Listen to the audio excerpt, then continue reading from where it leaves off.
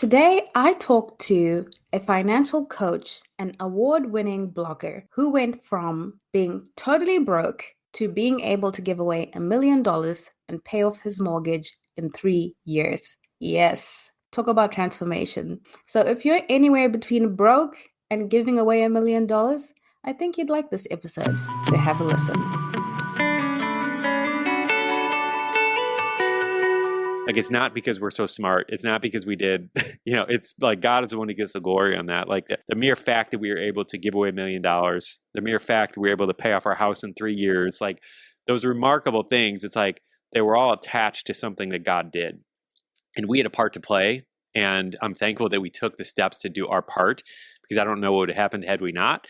But we did our part, but God did his, and his was so much bigger. So, I would say our faith is absolutely critical to any level of success that we've had financially. Welcome to Reinventing Perspectives. Today we have an amazing guest. We have Bob Lotich. Thank you so much for being with us. Bob, please tell us who you are and what you're about. Yeah, I basically started a blog like in 2007, kind of about money and finances and the intersection of faith and like all of this stuff. I had worked in the financial services industry before that and kind of did that and began transitioning full time. And so since then, my wife and I have been educating people, helping them with their money and do fewer dumb things with it and helping people do smarter things with it. And so we just had a lot of fun. So probably the last 15 years or so, that's what we've been doing via our blog, podcast, courses, book, you name it. Yeah, that's amazing. I was reading your bio and I said, this is so interesting, but I'll let you tell us how this all began, because I think your story is a story that a lot of our listeners will really relate to. This for me was the day before my 21st birthday, the day I will never forget in my life, I promise, forever. So the day before my 21st birthday, I'm living in a Florida town, kind of on a sabbatical, extended sabbatical thing, about 1,000 miles from home. And at this point, I am driving, down the road. It's Friday. I just picked up my paycheck. I'm ready to go to the bank so I can cash it so I can go pay my landlord because the rent's due that day. And as I'm driving, my car just all of a sudden stops in the middle of the road. I didn't know that much about cars. And I just kept turning the key and it's like nothing's working. All right, there's a problem here. And there was a baseball game, a minor league baseball game actually was about to start. So there's so many cars driving by and everybody's looking out their windows, staring at me, doing the thing people do. As I'm sitting there, I start realizing that, oh man, I'm in big trouble here. Because it's not just the car that's not working, but I have this check in my hand that I need to get to the bank and get cash and then get that over to my landlord. And I'm like, how am I going to get this car towed somewhere, fixed, and then get over to the bank and then get to the landlord and do that all in the next 2.5 hours or something like that? I'm like, I'm in big trouble. And if I didn't get that check to my landlord or get that payment to my landlord by the end of the day, she was going to tack on a $50 late fee. And again, it's like, this isn't a big deal for a lot of people, but at that point in my life, this was a huge deal because I didn't have the extra $50. My paycheck was just enough to cover my rent, which is a whole nother problem that we don't even need to get into. But it was a big deal if all this didn't work out. And as I was realizing like all of this was coming to a head, and the truth of the matter is that I had been believing and had thought that I was really good with money. And the truth was I wasn't. And this was what I had to show for it. And so I remember sitting in that car, like as everybody's driving by staring, like grabbing the steering wheel and crying out to God and saying like, I need help. Like if you have a better plan, a better path for how to do this and manage money, like I want to hear it. I need it. I need a new direction to go. So that was kind of when everything kicked off for me. A lot of people have been there and a lot of people have thought they were good with money. Mm-hmm. And I think this is going to be a great conversation. You're going to bring a great perspective to this. How do you go from being that about to be 21-year-old to being someone who clears 400,000 in debt and is able to give away $1 million by the age of 40? Like definitely a lot must have happened in between that time. So no, for sure. And so a couple different things. I got to give credit where credit's due. Like God helped us do that. This wasn't something that I did on my own, but within that, I think we all have a responsibility. We have a part to play in that equation. So for us, it just began like the humility aspect of me admitting that I didn't know everything about money and that maybe I have something to learn here. Just that thought, that openness to learn was like the biggest mindset shift for me. That was the thing that set everything in motion, was this willingness to say, yeah, maybe I should pick up some books about this topic that I thought I knew a bunch, but maybe I don't know as much as I think. So anyway, so that's where it began. I just began reading everything I could get my hands on. At the time, it was books and magazines. YouTube wasn't around yet, And so it was mostly that. I went through a couple courses, but really just trying to absorb as much as I can. And I was fascinated that the Bible even talked about money and had some relevant information for today. And so the combination of all these pieces together and just continuing to make incremental progress, like our financial situation didn't change overnight. In fact, it was about just a couple years later, my wife and I got married, and I had made plenty of progress in my financial journey, but still had a good amount of debt. She had a ton of debt. So we get married together, and now we got a bigger pile of debt. But we just kept working on it. And it's just, I don't know, it's just amazing that a lot of times it goes faster than you think when you just continue to learn and continue to improve. I think that's very important for people to know because, everybody wants that magic something that's going to just ultimately change everything, and that magic something doesn't exist. Yeah, so true. Yeah. Yeah. Step by step. Well, Bob, our audience is early entrepreneurs. So, in the area of finances. My entrepreneurial journey was not a path that I recommend. So what I did, I was working at a financial services firm a couple years after we had gotten married, and we had a good amount of debt at that point. I don't know the exact amount. I would say $25,000 or something. We were living in an apartment at that point, and I got a pink slip from my job, my employer. Getting laid off, about 6 months heads up notice, which was nice and helpful. And so during that time, when transitioning out of that, and once I realized, wait, I'm going to go become an entrepreneur, I'm going to go become a full-time blogger out of this. Once that happened, I realized, all right, we need to really get focused on paying off this debt, because if we could eliminate that debt, that would mean that a lot of our debt, if we eliminate it, that would mean we'd be able to survive on less, in which as an early entrepreneur, when you're trying to transition into that full-time stage, like you have to be thinking about that. What is the minimum I can survive on, and how can I do that? Because even if, you have a business where you're generating more on the side than you are your day job, it doesn't mean that it's always going to be like that. It doesn't mean that 6 months later, you might not hit a downturn. And so you don't want to just be at the level of whatever your current day job situation is or whatever your ideal is. Like, you want to be able to go beyond. And so anything that you can do to lower your standard of living and just reduce it, and temporarily until you really get the business up and running. But if you can temporarily do that, it just provides a bigger buffer, and it just makes it a little bit of a safer transition to move into that full-time status, which I'm assuming a lot of your listeners are interested in moving in that direction. I don't think a lot of people become entrepreneurs just to always be part-time, and it's fine if you do, but I think a lot of people want that full-time thing. So I think that that's something that I think it just really helped us a lot. And it's something I'm always recommending to people, because I've seen people who have built something up on the side and it's got momentum, and they're like, great, I got momentum, I'm going to go quit my job. And then the momentum stops or goes backwards. And then we got to run back to your boss and say, hey, can I come back? So I think that's really powerful and helpful. In terms of actually paying off the debt, the beautiful thing about it is just by the mere fact of you having a side hustle or starting some entrepreneurial journey on the side, like that's freeing up extra cash. Now you have two sources of income, assuming you have another job, that it's just more money to put towards your debt. So it's really one of the best things to do if you want to pay off debt. Like, I don't know of a better way, because you can only reduce your expenses by so much, in which, yes, like do what you can to cut back. But when you can work at it and actually earn extra money, that's just more money to put towards that debt, to eliminate that faster, to decrease your standard of living. So it all is working together to help you go where you want to go, Now, what would you say to someone who's thinking, okay, I want to start my business and I currently don't have the capital, but I feel like if I don't take advantage of this opportunity, let me get a loan or seek some kind of funding. What's been your experience with that? Yeah. So, I'm probably not the best person to talk to about raising capital for a business, because I've never done it.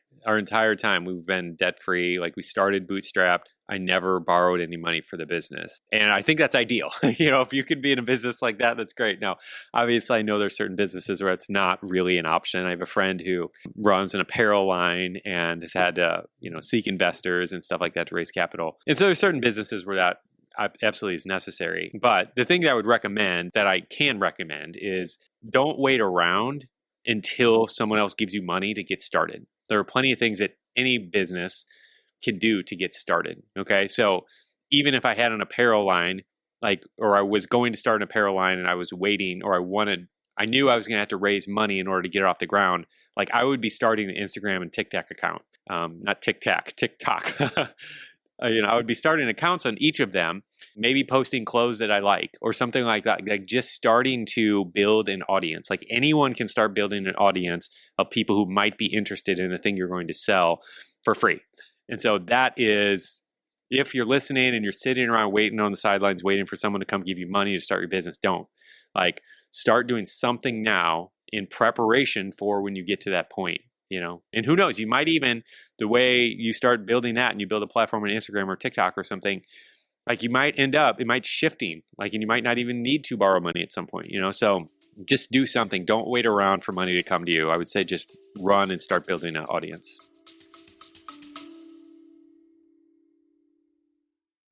Hey, small business family, quick pause here. If you've been listening and thinking, I need help getting clear on my message and how to actually market this amazing thing I've created, I've made something just for you. It's called the Clarity Intensive, and it's 2 focused sessions, one-on-one, where we untangle your ideas, map out your next best move, and build a foundation for real business momentum. If you're done thinking what's the right thing to do, and you're ready for a customized strategy that fits you, this is for you. You'll find the link in the show notes, or you can visit the website www.reinventingperspectives.com/shop, and you'll see our Clarity Intensive 1-to-1 marketing coaching. Let's get back to the show. Because you're an award-winning blogger. And I think people must know that. He's an award-winning blogger, people. So let me ask him about this. Okay, Bob, how important is it to have an audience? Because I like that you landed on that. Okay, start creating your audience and get people who might be interested in what you may later have to sell. Yeah. No, I think it's everything. Like, and I think especially in the 21st century new era where trust is so hard to come by, and it's few and far between. Like it's really hard to earn someone's trust because so many of us don't trust. We don't trust the government. We don't trust corporations. We don't trust the other political party. Like everyone doesn't trust so many people that it's, when you can earn someone's trust, it's really, really valuable. And so this is the power of an audience of people who know, like, and trust you already. And then you roll out a product and they're like, well, I already know you. I already like you. I already trust you.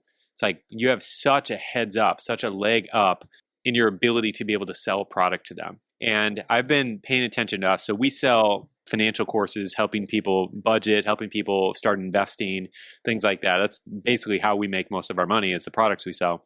And what's been really interesting, what I've observed is most of the people who buy from us, I've had some sort of conversation with. So maybe not in person, but via email. Like they've asked me a question and I've responded to them. Or on social, they've been following us and we responded in the comments.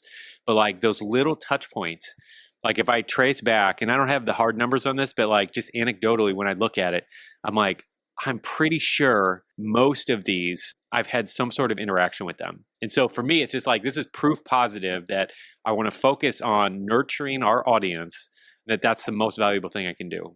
So true. I was thinking about it the other day because I was listening to people talking about cold calling and reaching out to prospects. And then I thought to myself, when was the last time I actually bought something from someone who randomly sent me an email or tried to call me? I think the moment someone calls me, and especially now, where scammers are just on, at an all-time high, the moment someone calls you and you don't know their number and they try to talk to you about something, you're already like, no, this, so I can't trust this.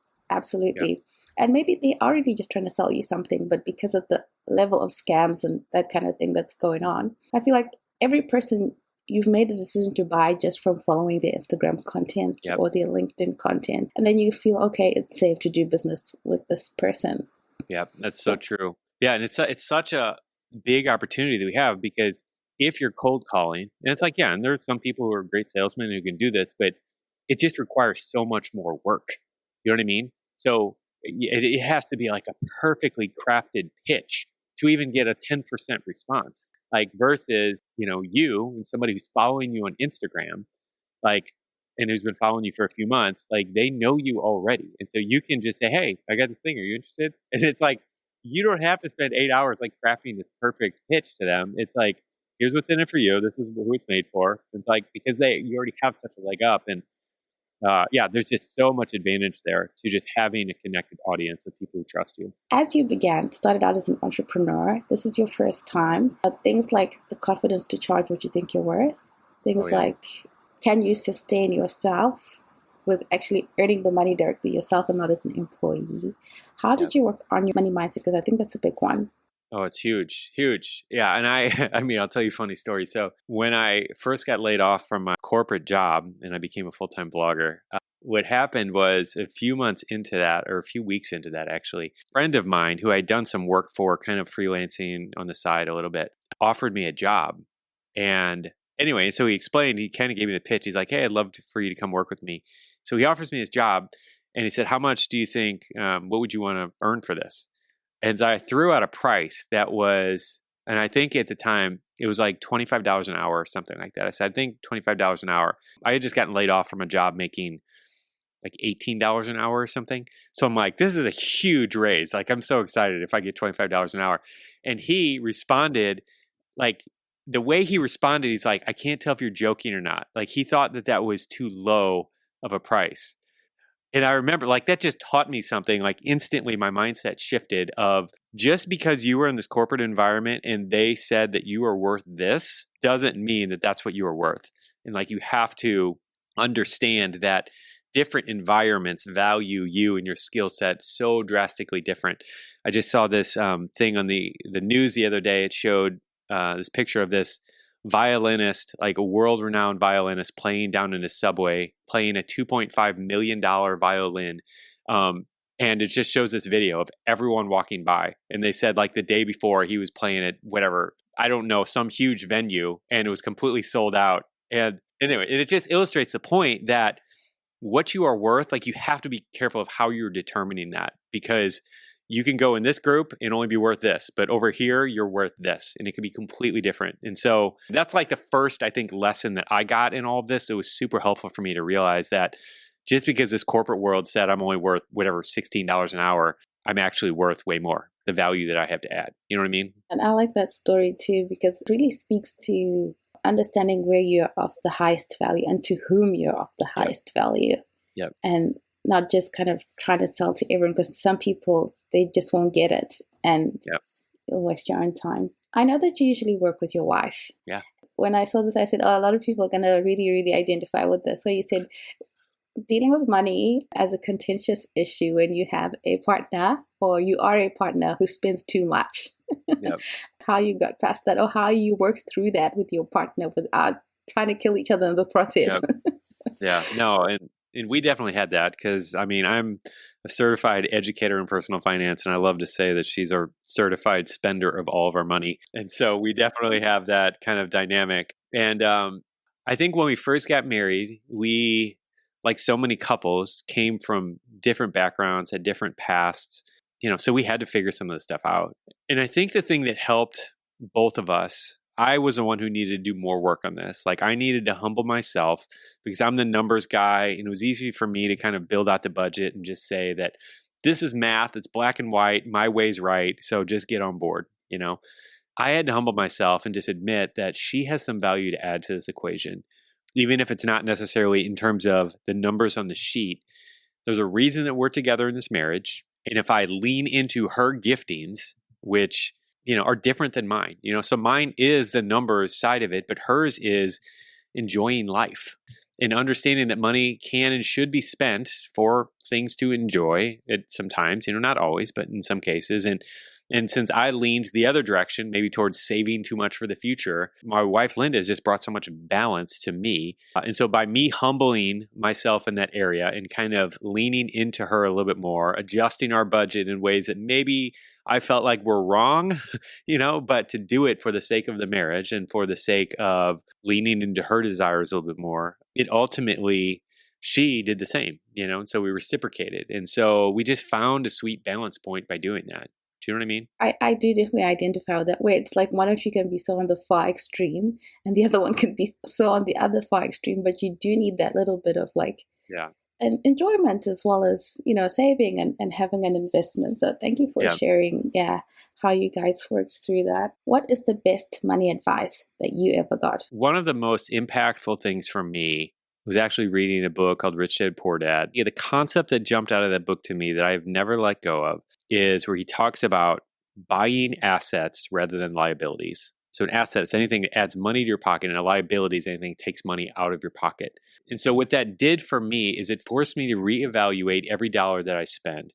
And so when I go buy dinner, okay, so this is money that's taken out of my pocket. So I'm fulfilling a need. We all need food. So I'm not saying don't do that, obviously. But so I buy food. It has no value. It adds no more money to my pocket afterwards. Okay. So if I go buy a shirt or I go buy a notebook or something like that, like it adds no money to my pocket. Now, on the other hand, if I decide to go buy, a piece of real estate, or I decide to go buy a stock, or I invest in whatever, a piece of crypto or something like, and this doesn't fall perfectly in his definition of an asset, but the point is I'm putting money in something that's holding or maintaining value rather than something that's going to diminish and go down in value. And so what I've sought to do ever since I kind of learned that concept is just think about everything I'm buying through that lens. And so it's okay that we buy things that go down in value because we all have to. But to the degree that we can increase the things that don't go down in value or don't go down in value as fast and put money into them, it ultimately just becomes a snowball that builds for us and just really helps us grow our wealth. You know what I mean? Since you talked about cryptocurrency, what do you think about investing in cryptocurrency at this point? I mean, I have a lot of thoughts here, but summing it up, I think the best illustration for it that I've found that's been so helpful is I remember I was in college during the peak of the dot-com boom in the 90s. And I remember like being in college and watching all my roommates run out and they knew nothing about stocks, knew nothing really about business. And they're just running out buying every stock they could in dot-com space. And we're just making money like hand over fist. And whenever you see that, you see all kinds of people just getting rich really, really quickly who have no experience. It's like a bubble is being built, And then I watched the whole bubble, the dot-com bubble burst. And I watched what happened during that.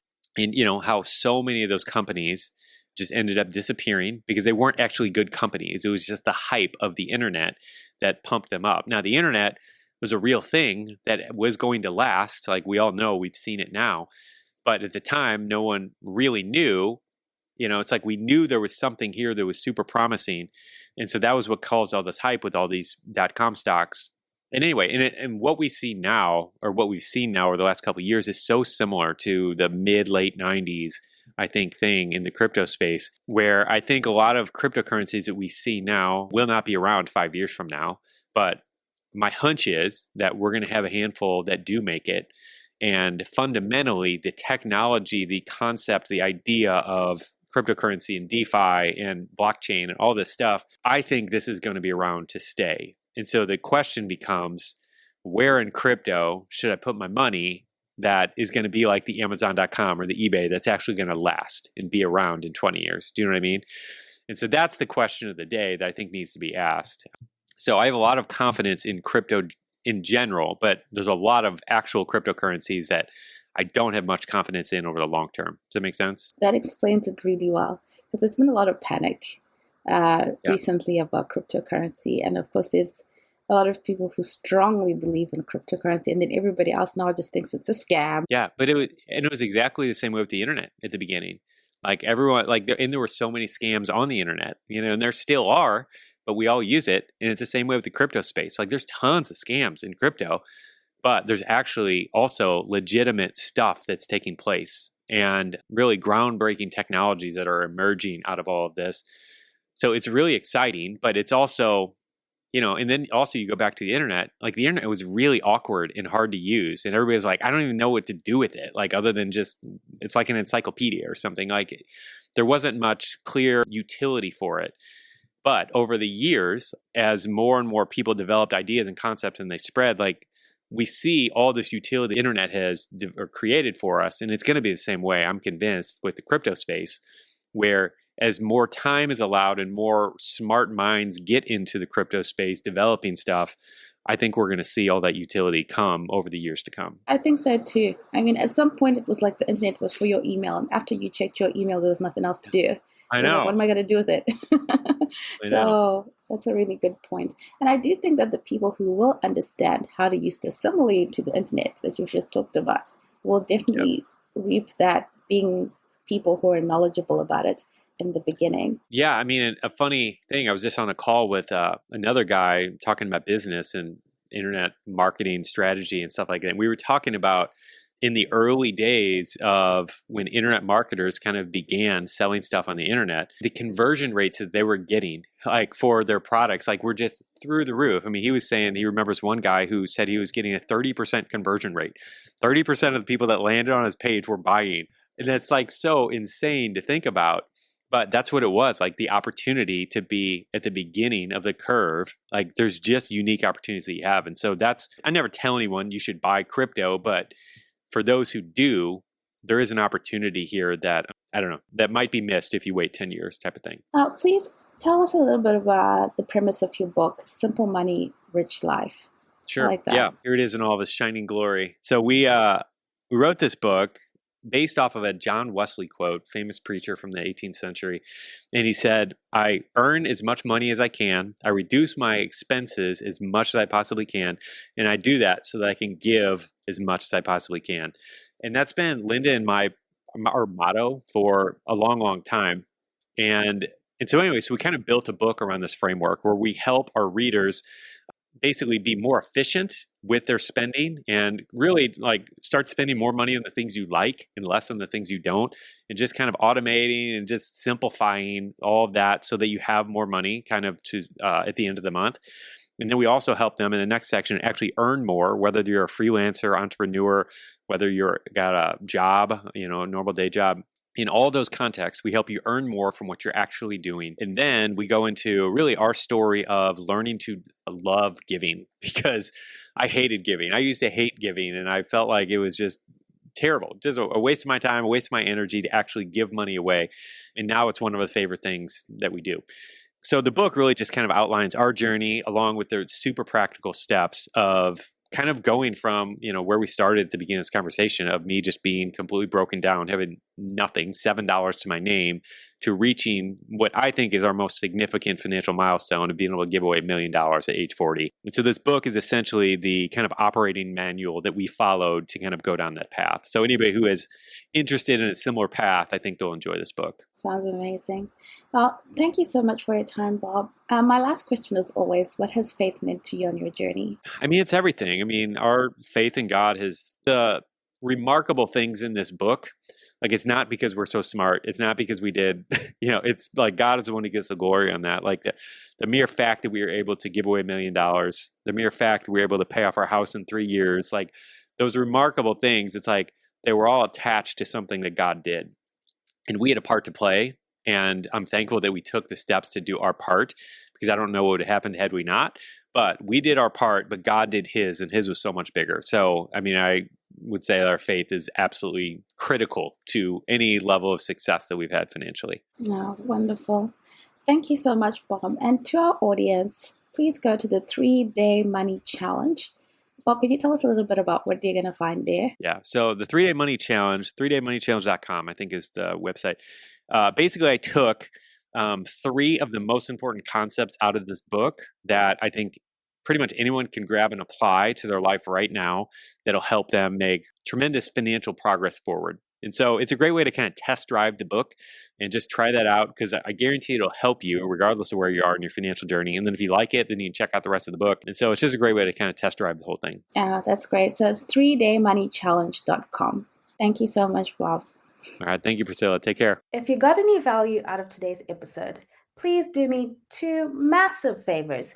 1, please share it with someone that you know would benefit from this information. And secondly, please leave us a review in your podcast listening app.